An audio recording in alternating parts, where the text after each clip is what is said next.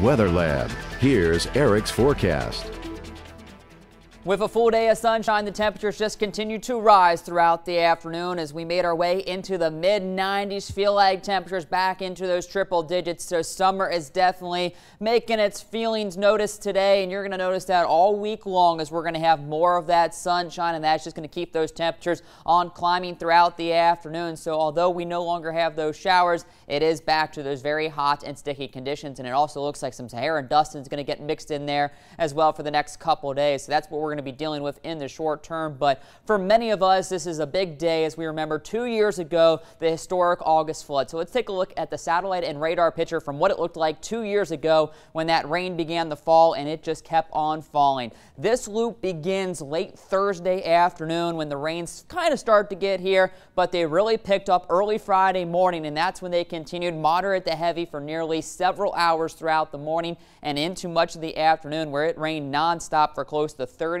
to 40 hours here locally for both Lafayette over towards Baton Rouge. You can see just those rains hammering as that low-moving, low-pressure system slowly pushed from the east off to the west and just continued to hammer all this rain over top of us, and it continued to pile up. As we can see, here's what 24-hour rain totals looked like for that Friday, and this was stopped at around 10:19 that evening. You can see anywhere from southern portions of Lafayette down into Iberia Parish, they were in those gray to pink shades. That's anywhere from 10 to 12 inches of rain fell in many of these locations in just one day, and that's what started to cause all that water to start rising in many locations and eventually started to enter in some of those homes here in Acadiana, mainly confined to southern Lafayette over the St. Martin down to Iberia and eastern portions of Vermilion Parish, and then the heavy spots also towards the Baton Rouge area, especially to the north and northeast. This is what the National Weather Service quoted out as the 24 or 48-hour worst case scenario, and you can see the big winners continue to be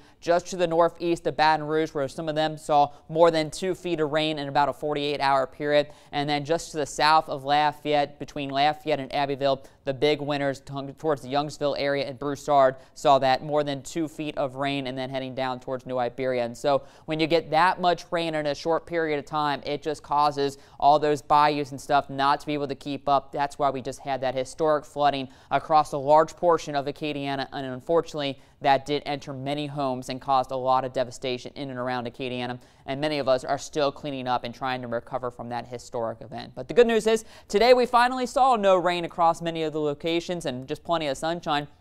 But the rain was all around us over into East Texas, heading up towards Shreveport, Alexandria, also up into Arkansas, and a lot of showers over into Mississippi and a few down towards the New Orleans area. But for the most part, Acadiana stayed dry, and that's because an area of high pressure is building to our south, and that should keep us relatively dry for another couple more days. But with that sunshine, 93 is what we got right now, feeling like 102, so definitely a very hot and humid afternoon. Winds have picked up a little bit out of the southwest at 11, but those will die down as we push into the evening. So here's what we got. Not a whole lot going on, just a warm and muggy Sunday evening.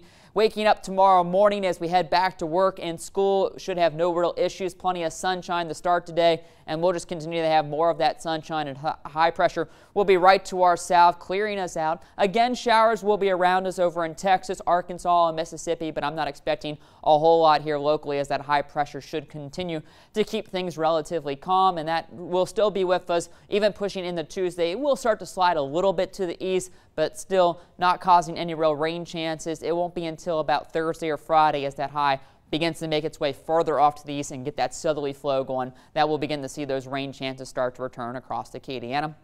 As mentioned, the other issue that we're dealing with right now that's kind of choking off a lot of those rain showers from getting going is this large area of Saharan dust that is offshore, and some of it is now beginning to push in across Acadiana. That is going to cause some very hazy conditions and could cause a lot of allergy issues for those that are very sensitive to that dust that's in the air the next couple days. As you can see, there is plenty of that in the atmosphere just to the south in the Gulf of Mexico, and this will be working over top much of South Louisiana in the coming days. So not only are we going to have the hot and humid conditions, we're going to have the hazy and dust in the atmosphere. But the one good news is this should create some more beautiful sunsets tonight and then the next couple nights with those very orange and reddish shades with the sunsets because of all that dust in the atmosphere. So a warm and and muggy night for our Sunday, partly cloudy skies, and then heading towards tomorrow morning, maybe some patchy fog, but otherwise 75 for the overnight low. And if we can get these clouds to clear out, it should be a very beautiful evening to catch the Perseids meteor shower later on tonight. Tonight is the peak night for it, so between